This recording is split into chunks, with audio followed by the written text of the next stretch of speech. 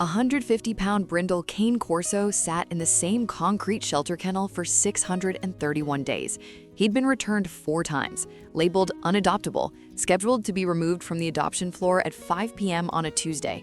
And at 3:42 p.m. that same afternoon, a 36-year-old woman walked through the front door with empty eyes, a child car seat still buckled in the back of her SUV, and a grief so heavy the staff could feel it before she said a single word. What she did next broke every single person in that building. Her name was Marisa Kent. She was 36 years old. 11 months ago, she had been a mother. She had a daughter named Nora who was almost 4, who used to laugh so hard she would fall over sideways, who used to sleep with a stuffed elephant named Peanut, and who was taken from Marisa one summer morning by a sudden illness that nobody had seen coming. 11 months and 6 days ago, Marisa Kent had stopped speaking above a whisper. She still had not taken the car seat out of the back of her SUV. She couldn't. Her hands wouldn't let her. Her therapist had suggested a dog. Her mother had suggested a dog. Her sister had driven 400 miles to beg her to get a dog.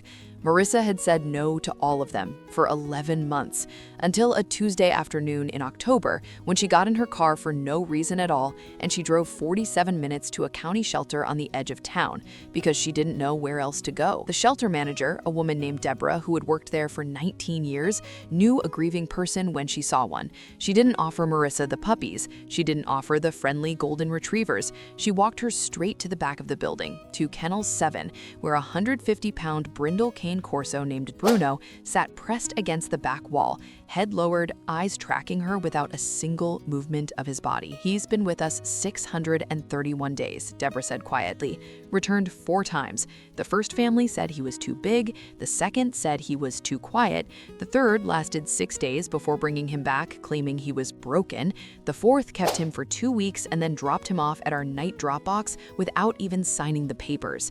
Marisa didn't ask the question out loud, but Deborah answered it anyway. "He's scheduled to be removed from the adoption floor today at 5. Nobody's coming for him, Marisa." The clock on the wall read 3:42 p.m. Marisa knelt down in front of Kennel 7. Bruno didn't move, didn't flinch, didn't lift his head. His brindle coat was dull. There was a cloudy patch in his left eye, a jagged scar ran across his muzzle, and he had the look of a dog who had stopped hoping somewhere around return number 3. Marisa pressed her forehead against the cold metal bars. For the first time in 11 months and 6 days, she spoke above a whisper. "I'm still here," she told him. "I'm still here too." Bruno lifted his enormous head 3 inches off the concrete, and then, so slowly it took almost a full minute, he walked to the front of his kennel, and he pressed his scarred muzzle against the bars where Marisa's forehead was resting. He didn't bark, he didn't whine, he just breathed against her, warm and steady, like he was trying to remind her how. Marisa signed the adoption papers at 4:17 p.m. She paid $85. She walked Bruno out of that building 43 minutes before he was supposed to disappear forever.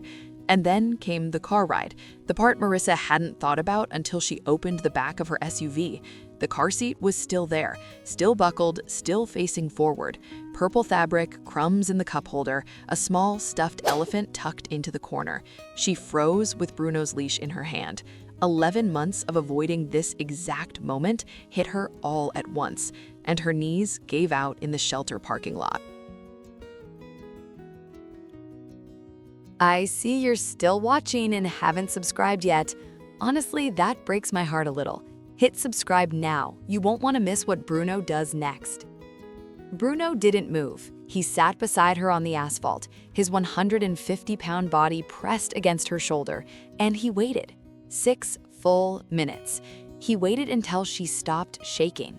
Then he did something Marisa will remember for the rest of her life.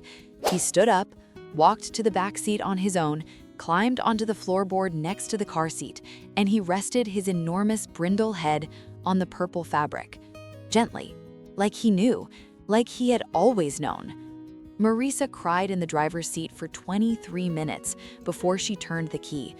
Bruno never lifted his head off that car seat the entire drive home. That's the moment that broke her, in the best possible way. For the first time in almost a year, she was not alone in that car. The first week at home was quiet. Bruno slept on the floor next to Marisa's bed. He ate slowly, like he was still expecting the bowl to be taken away. He watched her constantly, following her from room to room with the care of a dog who had already lost 4 families and had no intention of being sent back. Some stories deserve to be shared, and what Bruno did next deserves to be seen. 3 weeks in, Marisa opened the door of Nora's bedroom for the first time in 11 months. She had been standing outside it every day, never going in. The purple walls, the stuffed animals, the tiny shoes by the bed. Bruno walked in before she did. He did not sniff the bed, he did not touch anything. He walked straight to the center of the room, lay down on the small rug, and placed his enormous brindle head on the floor. He stayed there for 2 hours, while Marisa sat in the doorway and finally let herself cry the way she had needed to for almost a year. From that afternoon on, a routine began. Every evening at 8:30, Bruno would walk to Nora's bedroom, lie down on the rug, and wait for Marisa.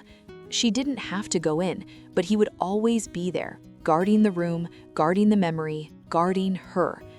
Then came November 9th, the morning Marisa finally took the car seat out. Her hands shook. Bruno stood beside her in the driveway, 150 pounds of patient silence. She placed the car seat gently in the back of the garage. She closed the SUV door.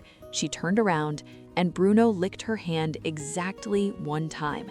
Then he walked to her side and pressed his scarred head against her hip. It was not an ending. It was a beginning. Today, 2 years later, Bruno is 8 years old. The cloudy patch in his left eye has stayed. The jagged scar on his muzzle has faded. Marisa still visits Nora's room every single night, and every single night, Bruno lies on the rug beside her, never once complaining, never once leaving. Marisa has started speaking at her normal volume again. She laughs sometimes. She even started painting again 4 months ago. There is a portrait on her easel of a brindle Cane Corso with cloudy eyes, sitting next to a purple car seat. Everyone told her that dog was broken, returned 4 times, unadoptable, finished. But sometimes, the broken ones are the only ones who know how to sit with grief without trying to fix it. Sometimes a dog who has been sent back 4 times understands what it means to keep waiting for someone who never comes. Sometimes, 2 hearts that were written off by the world find each other 43 minutes before the deadline. And sometimes, the saving works both ways. If you're thinking of adopting, remember this: the dogs labeled unadoptable are often the ones who have been waiting their whole lives for the exact person nobody thought to send them. Did Marisa rescue Bruno, or did Bruno rescue Marisa? Tell me in the comments.